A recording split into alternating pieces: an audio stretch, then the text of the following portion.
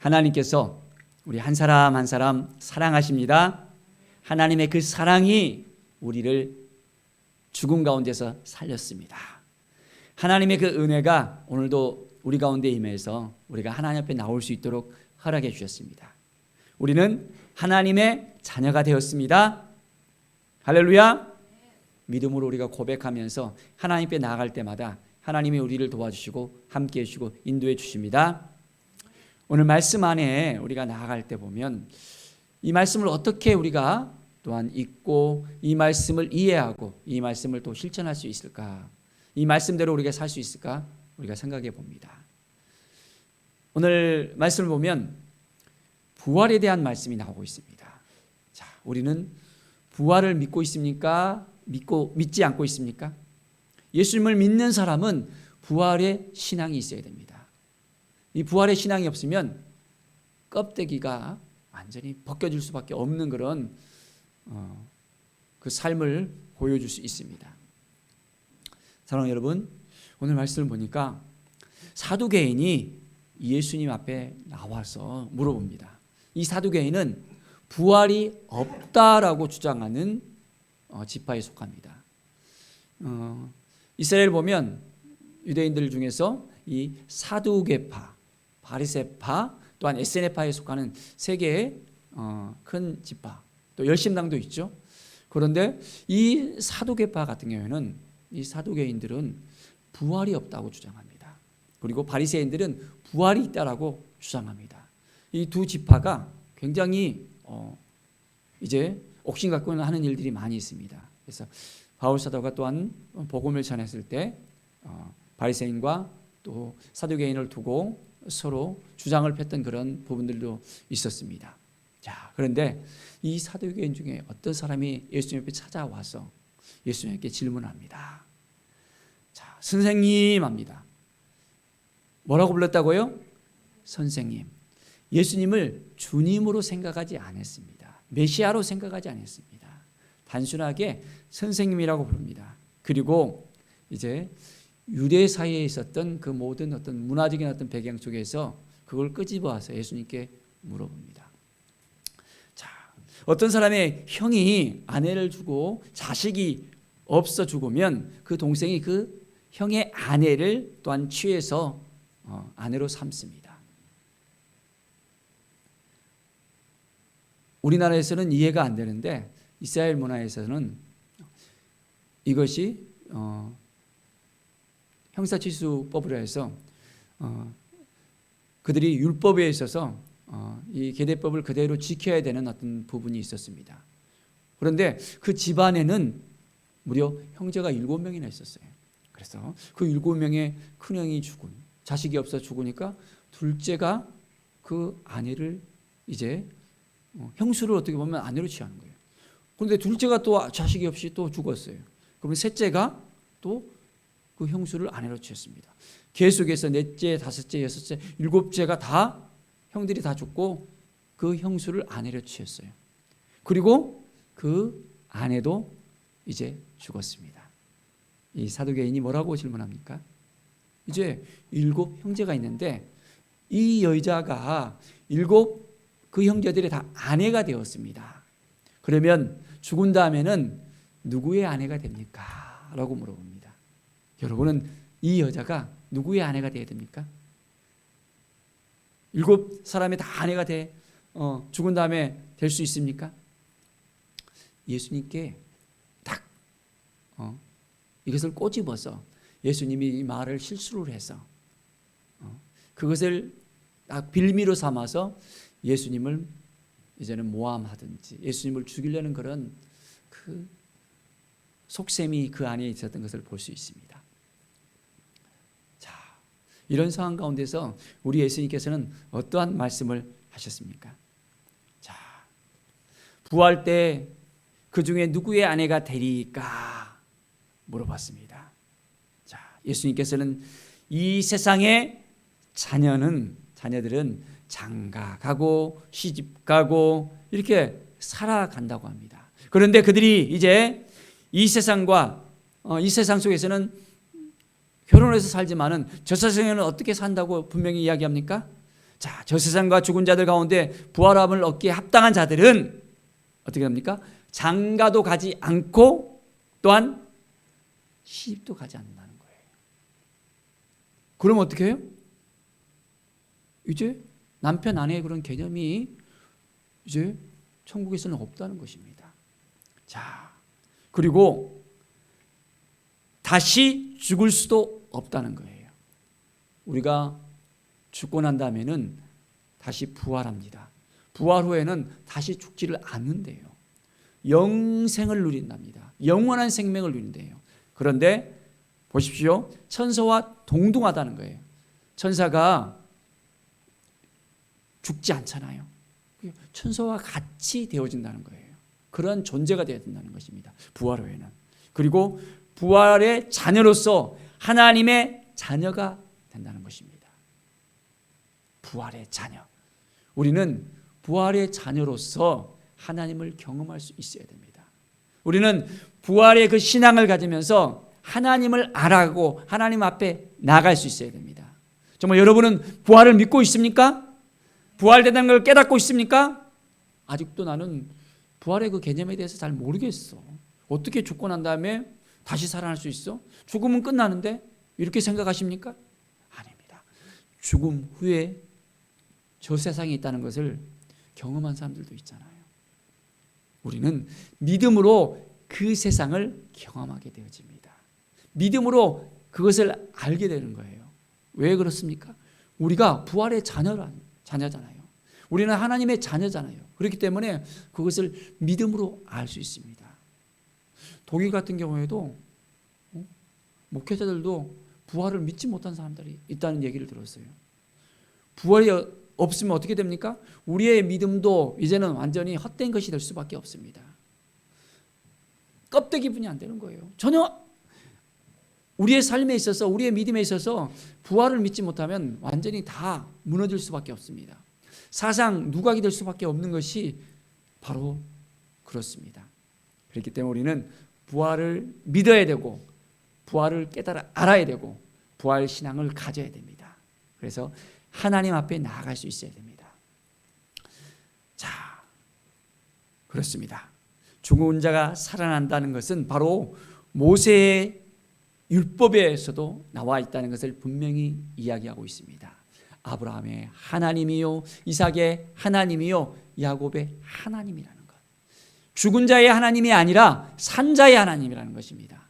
여러분은 죽은 자의 하나님을 믿고 있습니까? 아니면 산 자의 하나님을 믿고 있습니까?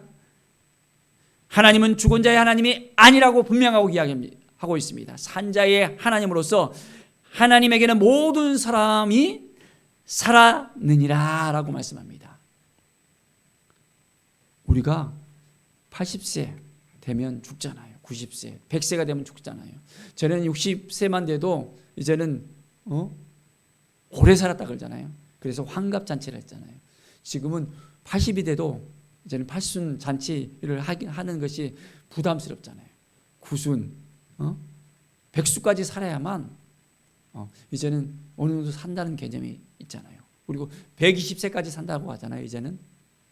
자, 그런데 우주의 시간에 비해서는 전분이 안 되는 거예요. 이 100년, 120년이.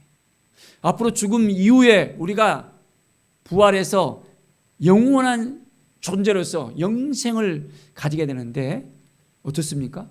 100년, 120년은 그냥 아주 짧습니다. 하나님의 시간은 1000년이 하루 같고 하루가 1000년 같다 그랬잖아요.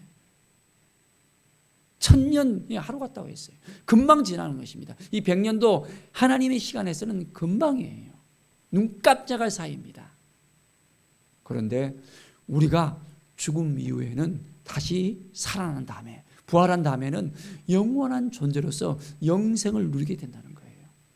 그래서 하나님 앞에서는 죽어있는 자들이 죽은 것이 아니라는 거예요.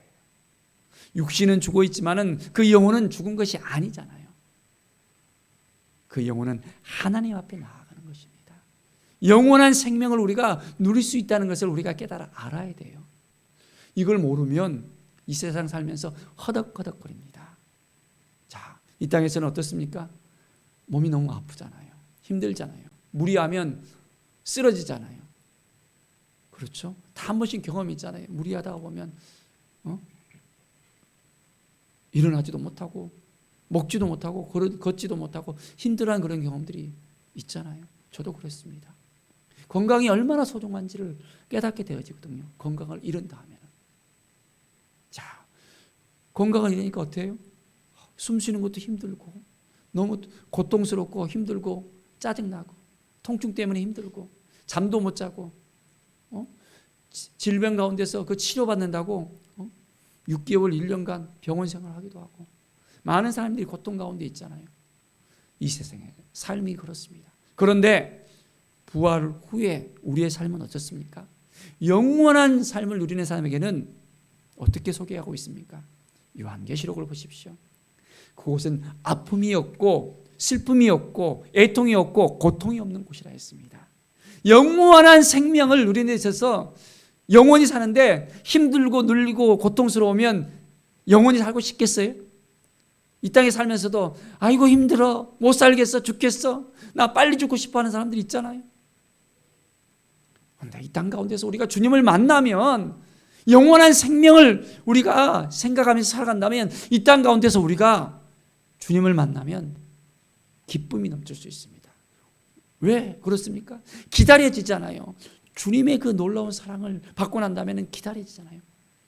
우리가 가는 그 땅, 그 나라는 정말 너무너무 좋은 곳이잖아요.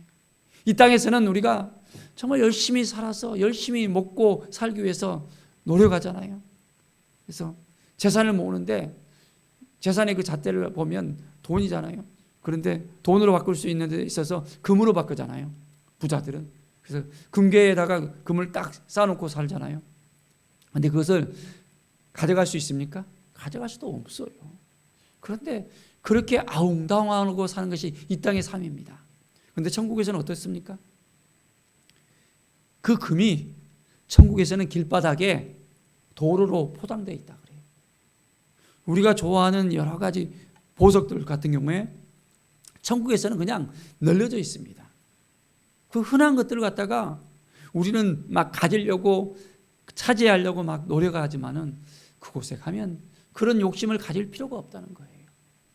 자, 이 땅에서는 정말 힘들고 어려운 그런 삶을 살아가지만은 그날에 가면 기쁨과 감사와 행복과 찬양이 넘쳐난다는 것입니다. 자, 기대가 되어집니까? 그렇다면 우리가 믿음으로 살아야 됩니다. 말씀으로 살아야 됩니다. 주님을 붙들고 살아야 됩니다. 부활의 자녀로서 이제는 하나님의 자녀가 되었다는 것을 우리가 알아야 됩니다. 이것을 깨달아야 됩니다. 하나님의 자녀답게 살아야 됩니다. 예수님께서 우리를 위해서 십자가에 못 박혀 죽으시고 우리는 어떤 존재가 됐습니까? 하나님의 자녀가 되었잖아요. 부활의 자녀로서 우리는 하나님의 자녀가 되었다는 것을 믿음으로 이제는 고백하면서 매일매일 하나님의 자녀답게 살아야 됩니다. 우리는 이 땅에 살아가면서 천국 시민으로서 하나님 나라의 왕자 공주로서 우리는 왕권을 가진 제사장으로서 살아가야 됩니다. 누리면서 살아야 돼요. 이 땅에 살면서 돈이 없다고 건강이 없다고 뭐가 없다고 빌빌빌 거리면서 살아가는 것이 아니라 우리는 모든 것을 다 가진 하나님의 자녀들입니다. 하나님께서 우리에게 모든 걸 다 기업으로 주신다고 약속했습니다.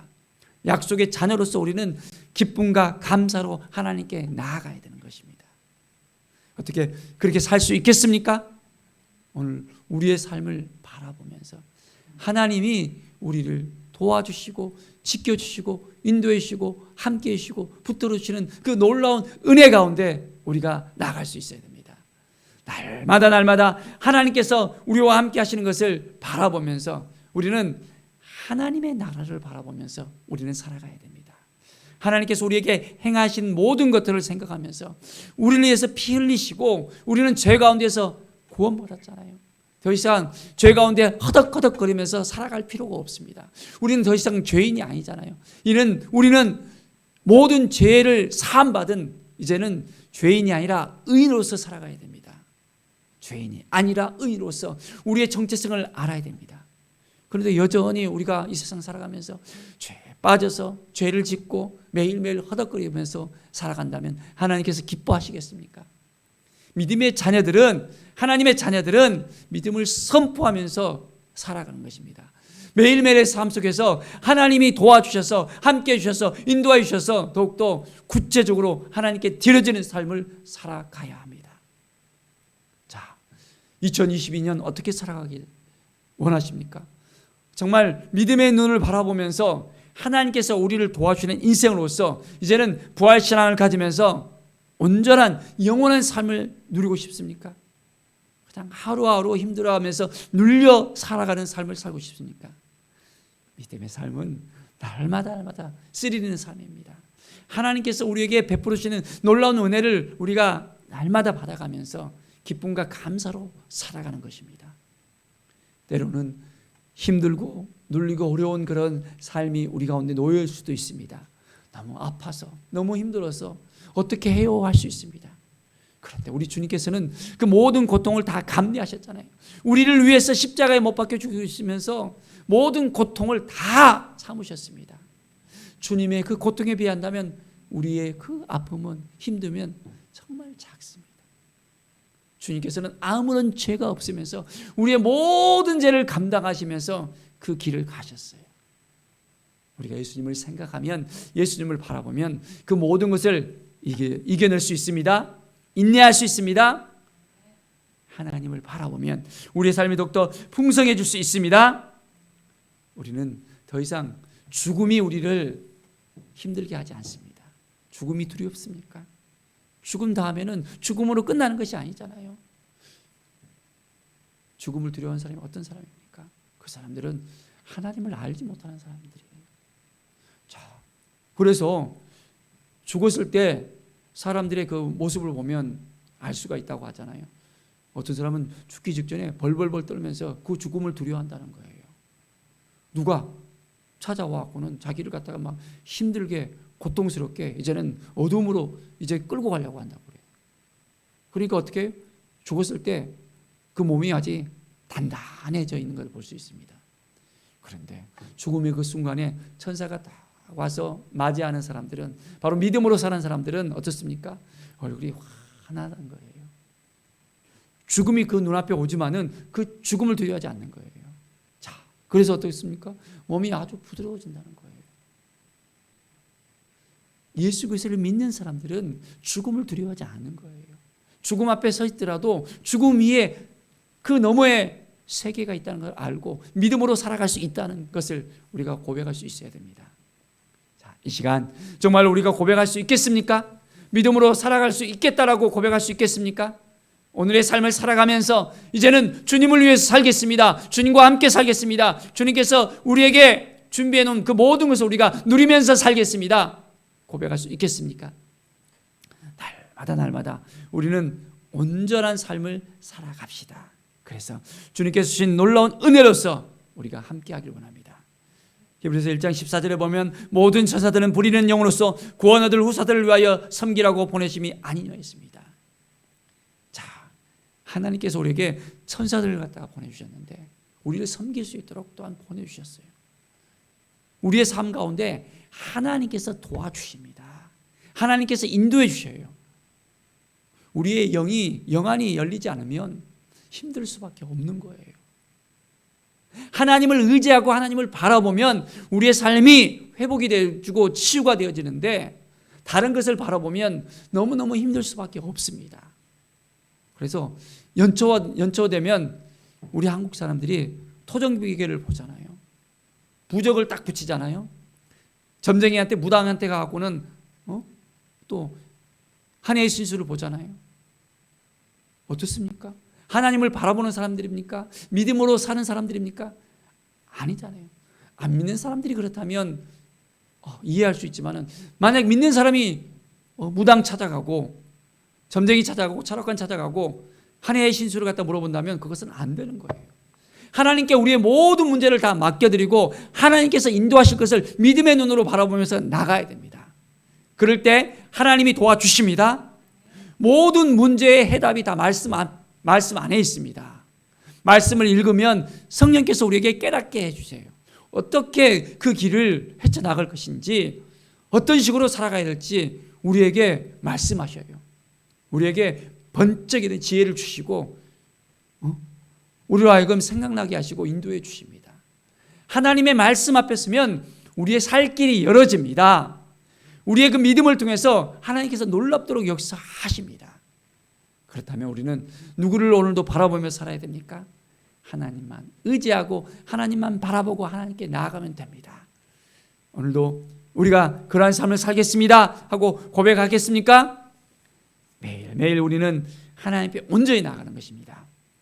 히브리서 9장 27절에 보면 한 번 죽는 것은 사람에게 정하신 것이요 그 후에는 심판이 있으리라 말씀하고 있습니다. 우리가 심판대 앞에 섰을 때 두려움이 남아 있어야 됩니까? 아니면 하나님 앞에 딱 나가서 웃으면서 하나님 저 왔어요 라고 이야기할 수 있겠습니까? 준비가 되지 않고 하나님 앞에 나간다면 우리가 떨리는 마음으로 우리의 죄가 드러날까 봐 고민하면서 고통스러우면서 나갈 수 있습니다. 그런데 우리가 믿음으로 나가면 이미 예수 그리스도의 그 피로 말미암아 우리는 정결케 되었잖아요. 우리가 세마포 옷을 입고 정결한 상태에서 준비된 상태에서 하나님께 나아가면 그 심판대가 죽음의 심판대가 아니에요. 눌리고 힘들어하고 이제 억누르는 건 심판대가 아닙니다. 불목 가운데 던져지는 심판대가 아닙니다. 이제는 영원한 복락을 누리는 심판대가 되는 거예요. 하나님 앞에 온전히 오늘도 나아가서 하나님 그렇습니다. 하나님께서 약속하셨잖아요. 저는 이 약속의 말씀을 믿고 나갑니다. 말씀을 붙들고 나갑니다. 흔들리지 않겠습니다. 주님이 주신 마음을 가지고 나가겠습니다. 도와주세요. 때로는 제가 연약하잖아요. 흔들리잖아요. 그럴 때마다 믿음을 불어넣어 주시고 성령께서 나를 온전하게 세워주십시오. 하나님이 함께 하시면 하나님이 도와주시면 제가 승리할 수 있겠습니다. 하나님이 이끌어 주시면 내 삶이 더욱더 풍성해질 수 있겠습니다. 이 고백을 통해서 온전한 삶을 사시기 바랍니다. 자, 우리는 하나님만 바라보면서 나갑시다. 하나님만 온전히 생각하면서 나갑시다. 서기관전 어떤 사람이 이야기했죠? 선생님 참 말씀 잘하셨습니다. 그들은 아무것도 이제는 더 물을 수가 없게 되었습니다. 예수 그리스도를 바라보고 주님 앞에 나아가면 주님께서 확실하게 모든 걸 다 이제는 책임져 주십니다. 감히 물을 자가 없을 정도로 완벽한 대답을 하시잖아요. 우리의 삶 가운데서 완전한 해답을 주실 분은 오직 예수 그리스도뿐이 없습니다. 매일매일 믿음으로 나가십시오. 무릎으로 나가십시오. 기도로 나가십시오. 예배로 나가십시오. 하나님을 만나야 됩니다. 하나님의 임재 가운데 거해야 됩니다. 지성사까지 들어가야 되는 거예요. 그냥 뜰에서 머뭇머뭇거리는 인생이 아니라 성소까지 들어가고는 이것저것 이제 믿음의 삶을 살아가는 것처럼 이제 보여지는 것이 아니라 지성소까지 들어가서 하나님과 긴밀한 만남을 가져야 됩니다. 형식적으로 우리가 믿음 생활에서는 안 됩니다. 날마다 하나님의 음성을 들으면서 하나님 앞에 나아가서 주님의 그 뜻을 깨닫고 주님 제가 어떻게 살아야 되겠습니까? 어떤 마음으로 나아가야 되겠습니까? 저를 알게 해주십시오.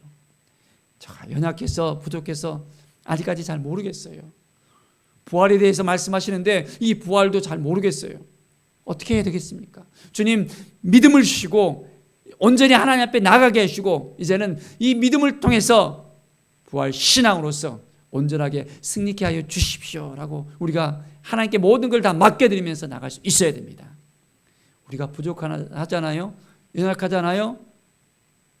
모든 힘든 걸 다 하나님께 아뢰시면 됩니다. 내 모든 문제를 다 아뢰면 됩니다. 그러면 하나님께서 모든 하나하나 문제들을 다 이제는 응답해 주실 거예요. 우리에게 새 힘을 주시고 새 능력을 주시고 하나님을 만난다면 이 만남을 통해서 우리의 삶이 완전히 달라집니다. 이제 우리가 부활의 자녀로서 하나님을 경험하면서 매일매일 살아갑시다. 정말 하나님 만나고 싶습니까? 하나님 매일매일 하나님과의 긴밀한 만남을 가지고 싶습니다. 정말 만나주세요.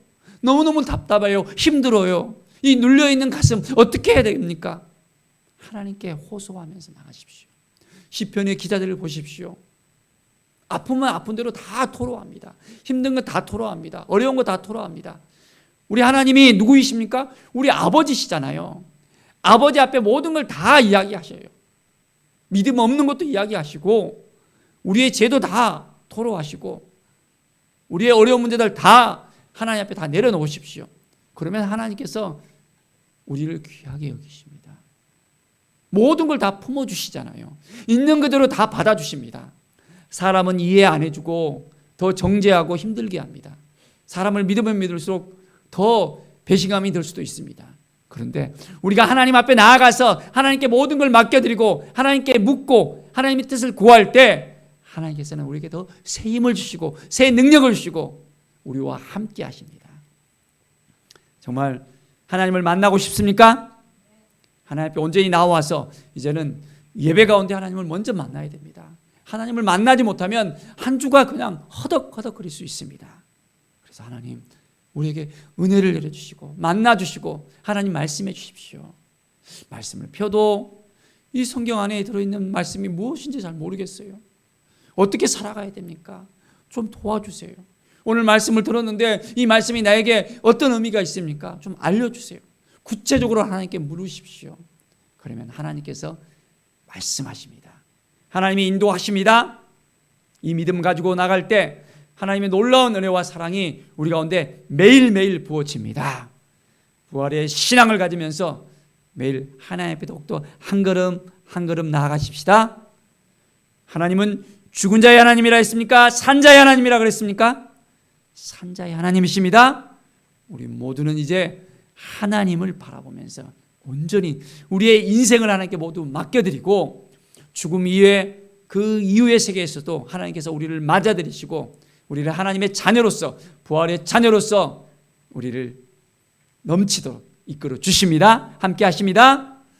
하나님과 동행하는 오늘 하루 하나님께 영광 돌리는 한 주의 삶, 이 설 명절을 통해서 많은 이들에게 바로 하나님의 사랑을 이제는 전할 수 있어야 됩니다. 예수 그리스도의 부활을 이야기할 수 있어야 됩니다. 또한 우리도 부활에 참여한다는 것을 알려줄 수 있어야 됩니다. 믿음으로 고백하면서 많은 이들에게 확신을 가지며 나눌 때 그들도 하나님의 자녀가 되어지고 하나님 앞에 나올 수 있게 되어집니다. 그러한 복을 누리시면서 하나님 앞에 온전히 영광 드리는 귀한 삶을 살아가기를 간절히 축원드립니다. 기도하겠습니다. 하나님 감사합니다. 매일매일 삶 속에서 하나님을 알기를 원합니다. 하나님을 바라보기를 원합니다. 아직까지도 이 부활의 신앙을 가지지 못하고 죽은 자의 하나님이 아니라 산 자의 하나님을 알지 못한다면 오늘 이 시간 모든 걸 다 내려놓고 하나님과 동행하는 삶을 살겠다고 고백하면서 하나님 만나달라고 고백하면서 나갈 수 있는 우리 모든 성도들 될 수 있도록 도와주시옵소서. 말씀을 읽을 때 믿음으로 나아갈 때 온전히 정말 긴밀한 친밀한 주님과 이런 교제와 교통이 있게 하여 주시옵소서.